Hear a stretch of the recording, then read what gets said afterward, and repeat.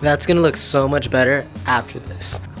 So today I'm gonna be removing the secondary air pump. So basically there's a lot of people out there who delete that pump because it only really does stuff during the first 90 seconds the car is on. And then after those 90 seconds go, this is like that's it. That's it. All I know is that it creates some sort of vacuum, and I think it gets things to operating temperatures like a few seconds faster, right? But I mean, I don't know, it's okay. So what I did was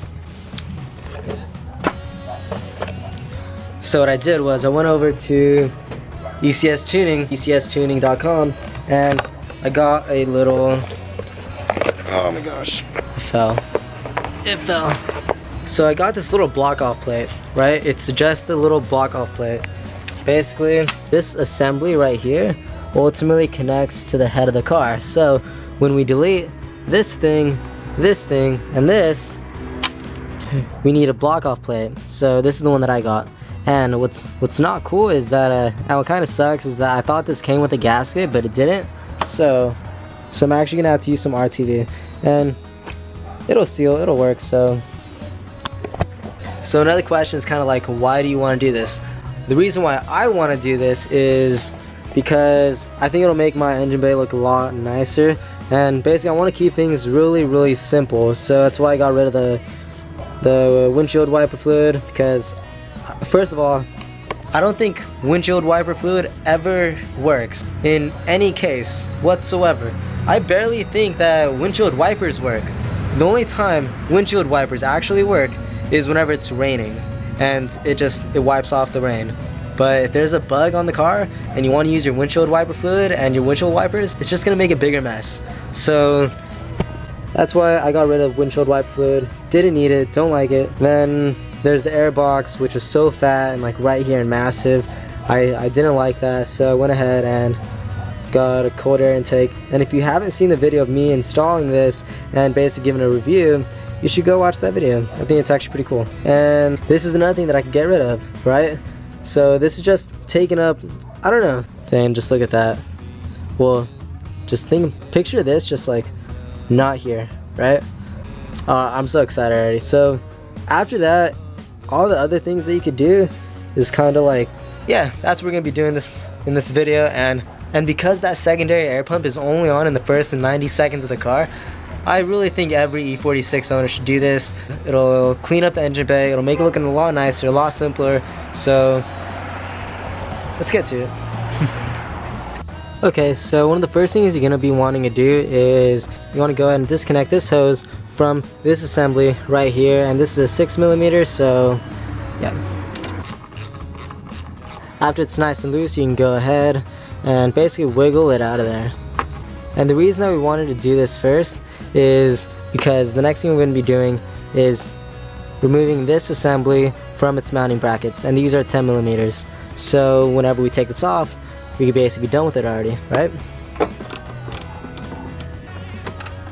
So now that they're all loose, you can basically take them all out by hand. There was 2 on this side and 1 over here. And after those 3 bolts are removed, you can basically pick it up, and underneath it there's a wire. There's a wire that you're going to want to go ahead and disconnect.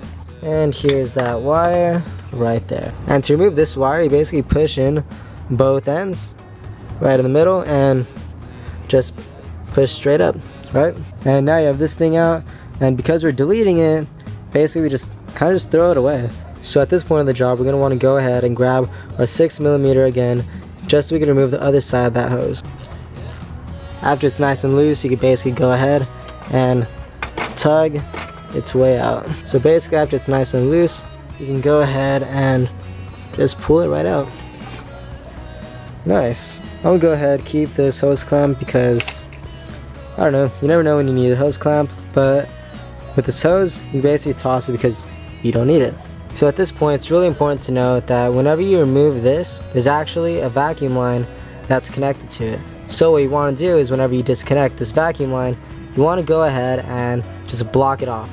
Block it off, make it a plug. What most people use is they go ahead and grab some sort of screw. They grab some sort of screw like this, and they just push it in there just to block off any vacuum so you don't get a vacuum leak.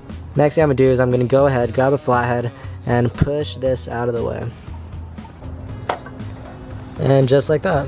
So you can poorly see what we have to do next. So that's the next bolt that we need to take out right here where my index is pointing at. And on the other side, it's the same exact bolt. So we need to go ahead and remove that now. I think it's a 10 millimeters, so I'm gonna go ahead and grab my ratchet and gonna take this sucker out. Okay, so that was actually really easy to take out. And this kind of gives you a better perspective on why the block off plate looks the way that it looks. Because it basically looks just like this, except it's just the plate and none of this. So yeah, that was actually, I was expecting it to be a little harder just because, you know, it's connected to the head and everything. Basically one nut came out and one nut with the stud came out. Not really a problem, just because I'm going to be installing it right now. And yeah, the stud looks like it's in good condition, so not a problem. And yeah, there it is. So you can see one stud is on there and the other one's not. Wait, hold up. Wait, no way. Is that a gasket? No way. Right? Or am I crazy? So this was the gasket that was on. So this was the gasket that was on from factory. And you know, in the beginning of the video I said that I was going to use RTV, and I still am, but I'm also going to be using this and just a little bit of RTV because it looks like there's some rough spots on the gasket. So just to be safe, and because I don't want a vacuum leak, I'm going to be using a little bit of RTV on the gasket. And yeah. So I probably could have gone by just using the gasket or just using RTV, but I really just wanted to go the extra mile and kind of just be safe. So I put on a thin layer of RTV, and now I'm going to go ahead and put this on. Yeah. So there it is, and I'm just tightening them by hand before I actually pull out the ratchet. And it's actually really important to note, and like I said earlier, because they were really easy to take out, I'm going to go ahead and assume that I shouldn't be putting them in too strong. Now I'm going to go ahead and make sure that both these are nice and snug. Alright, perfect. That looks really good. Wow, that's awesome. So we're almost finished. Remember that vacuum line that we disconnected? You want to go ahead and plug this up with a screw or a golf tee or something like that. And I'm going to go ahead and find a screw real quick. Alright, cool. So I went ahead and I plugged it up, and now I'm going to tuck this in where the O2 sensors are connected. And there's a metal bracket for the O2 sensors right here. Right here. So that's where I'm going to also be placing the vacuum line. So there's that, and bam. Now it's up out of the way, and that's cool. So the only thing that's left to do now is removing this bracket because there's literally no point of it being there. So that's another two 10 millimeter nuts. So grab your ratchet, it's already out, and get to it.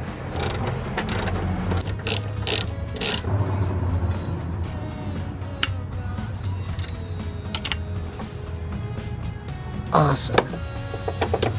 Rip, there's actually another one. Sorry, make that 3. And now you go ahead and pull out the mounting bracket and put it along with everything else that you don't need anymore.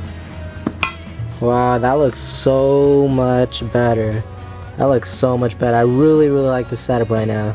The delete is now on, and it literally looks so good. This engine bay is looking nicer and nicer as time goes on, and wow, this is so sick. Huh, I just noticed I actually didn't tell you guys how much the block off plate was. So the block off plate was only $14, not including shipping. I guess that depends where you live, but from where I live, shipping was about $6, so the total amount I paid for everything was $20. So I got the secondary air pump delete for $20, and I am so stoked on this. This literally looks ridiculous. I love it. No way. This is awesome. So in terms of performance, you're not supposed to see any difference with this. Literally everybody who's done this says they've seen no difference in it whatsoever. Everyone who's done this sees no difference in it whatsoever, and you're not supposed to see a difference because the secondary air pump delete, I probably shouldn't be saying this because I'm probably wrong, but according to what I know, it doesn't really do much. So deleting it also doesn't do much. But besides that, the way that it makes the car look, when the hood's popped, I'm pretty happy right now. That's pretty sick. What do you guys want to see me do next? Please leave a like. Let me know what you want to see next, and I'll try to deliver, you know? Thank you so much for watching. Consider subscribing if you made it out this far, and stay tuned for more.